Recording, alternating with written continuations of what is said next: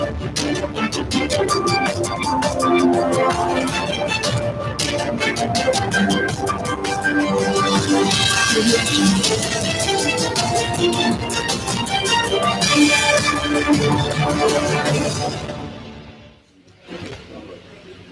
the news tonight, President Muhammadu Buhari emphasizes poverty reduction strategy for nation's economic growth.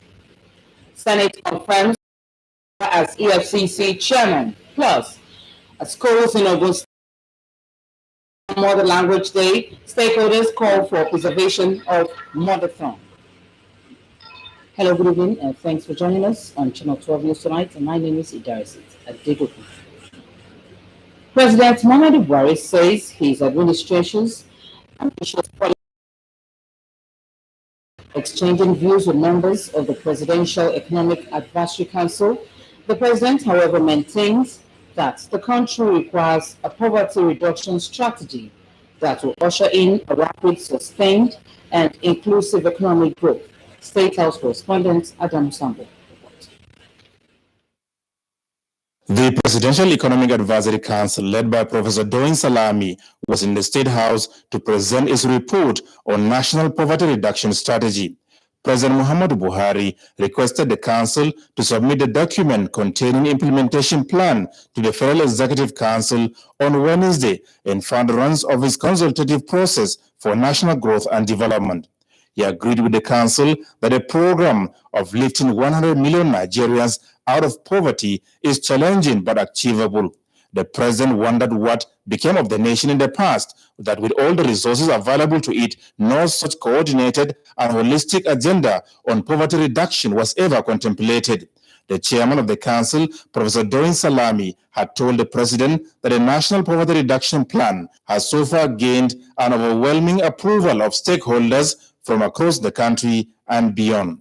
He welcomed Nigeria's exit from recession, but cautioned that the strength of the economic growth must be driven in a way that it will overtake population growth.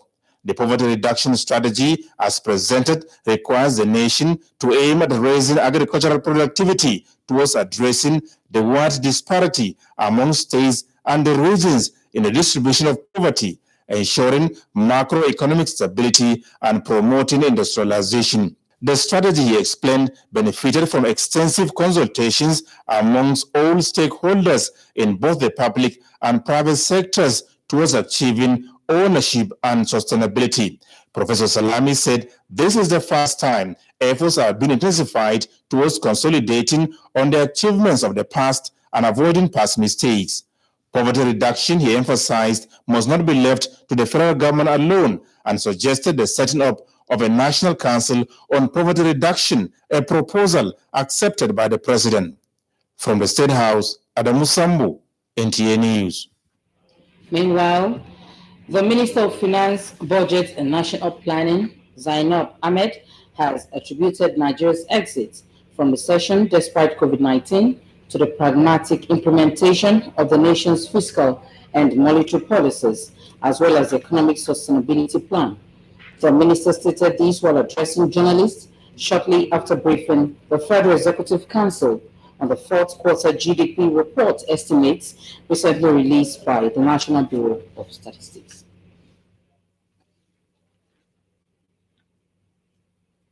The council meeting, 6th for the year 2021 and 35th to be held virtually since the outbreak of COVID-19, was chaired by President Muhammadu Buhari. And with Nigerians still basking in the euphoria of the country's exit from recession, it was an opportunity for the Minister of Finance, Zainab Ahmed, to give further details to the council members on the secrets behind the success story and what can be done towards sustaining the upward trajectory in the nation's economic well-being. The National Bureau of Statistics 2020 fourth quarter report shows that Nigeria's GDP grew by 0.11%, meaning the country has exited recession. This is one of the shortest-lived recessions we have witnessed in the country, despite the impact of the COVID-19.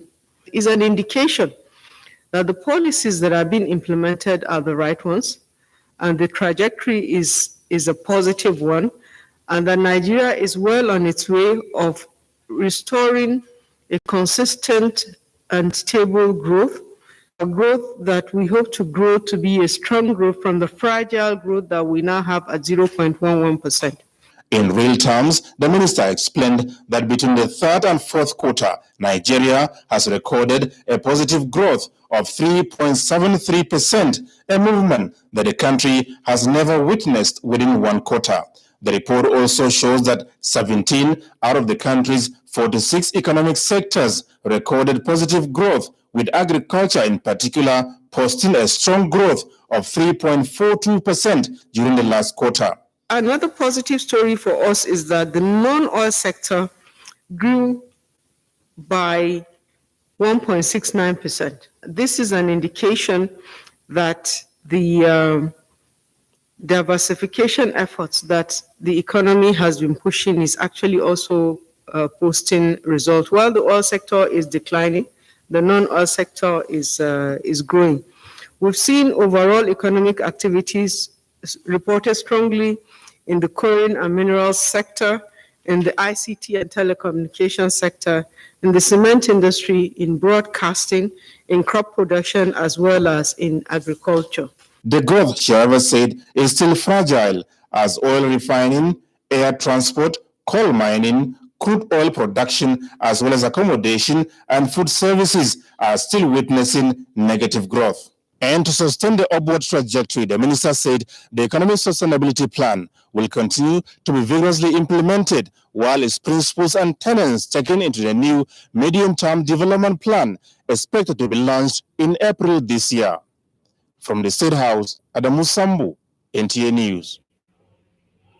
Moving on to legislative matters, the Senate has confirmed the appointment of Abdulrasheed Bawa as chairman of the Economic and Financial Crimes Commission. During the screening exercise, the nominee promised to ensure from the office. Abdulrasheed Bawa is to take over from Mohammed Omar Abba, who Brian Markham. The 8th Senate has 2016 and 2017 rejected the confirmation. Senate also confirmed the nomination of the appointment of Obinna Collins Chukwu for appointment as commissioner for the Representatives has called for the inclusion of cervical cancer vaccine in the list of routine immunization programs in Nigeria. This, it believes, would help prevent the spread of cervical cancer in the country. In adopting the motion from Representative Bamidele Salami, that the cancer of the cervix is sexually transmitted, but the use of the vaccine in other parts of the world has brought about significant reduction of the infection. The lawmakers urged ministries to create awareness on the causes, prevention,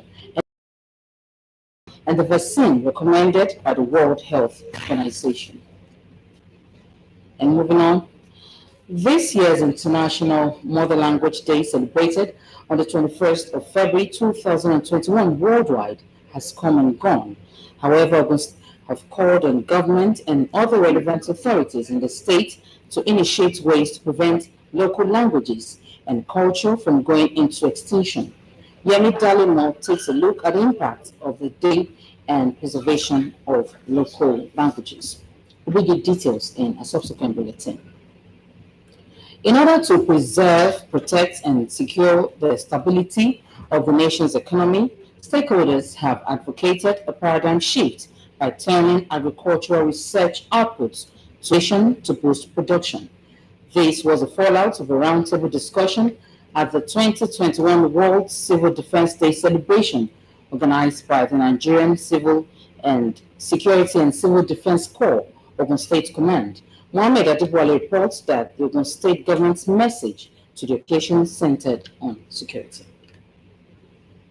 Declaring open this year's World Civil Defense Day celebration in Ogun State, the state's Deputy Governor, Mrs. Mahmoud Salako Yodule, represented, congratulated the NSCDC for its notable achievements in securing lives and properties and called on Nigerians to live in an atmosphere of peace devoid of ethnicity. We really must have all hands on deck to ensure that we are able to preserve the national economy. Regretting failure to turn abundant resources in agriculture to wealth, coupled with main adoption of agricultural research output for commercialization by industrialists, agricultural experts, at the 2021 World Civil Defense Day celebration, the state say Nigeria stands a better chance in boosting our economy by exporting agricultural goods, as well as creating ways to link farmers to markets. One of the biggest mistakes we are making is the fact that the only attention we give when we want to go into agriculture or agribusiness is to think profit. We need to think impact investment when it comes to agriculture. Nigeria at different stages and under different leadership formulated economic development policies aimed at appropriate economic growth to better the loss of the citizenry.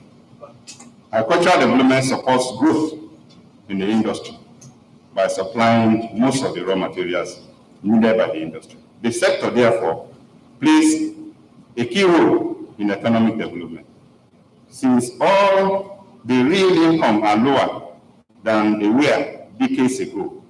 Government cannot provide all the needed jobs. The consideration of investment opportunities in agriculture is a worthwhile. Other participants share the opinions that unemployed youth, if properly utilized, this, according to them, will pay wage for local agricultural produce rather than depending on foreign products. Has done well by establishing a unit, a special unit that we call Agro-Media, with a special uniform that has the color of the forest, so that we can go into the forest and preserve and protect all the natural interests, be it farm, or be it animal, be it anything. World Civil Defense Day is celebrated world over to raise awareness on the need for the citizens worldwide to take responsibility for their security. In Abeokuta, Mohammed Adibowale, NTA News. In another development, the antidote to the prevailing security situation in Nigeria hinges on determination by Nigeria